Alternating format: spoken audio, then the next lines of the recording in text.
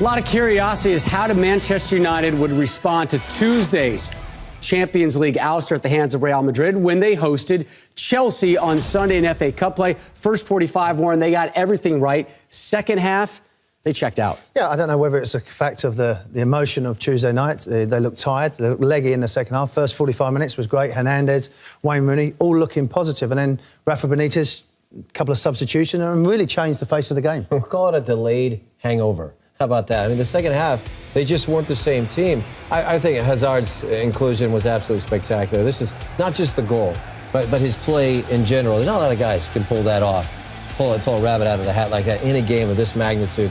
What a great goal. I would ask the question, though, why didn't he start him?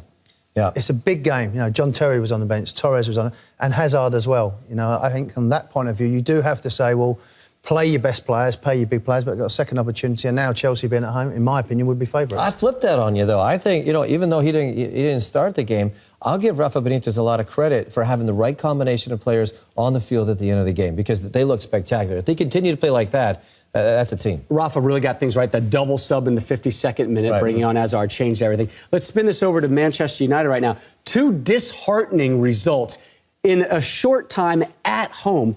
What happens to them here on out, in your eyes? They do what they do best. They bounce back, and that's what Sir Alex Ferguson's mentality in this club. They just go forward. He'd be disappointed, obviously, and he was distraught, which is a word that you don't normally associate with Sir Alex Ferguson. He was distraught on Tuesday. This, in my opinion, was a perfect game, and as I said, it was going well for 45 minutes, and they looked generally fatigued mentally, because Chelsea started asking questions, started probing, getting into difficult areas.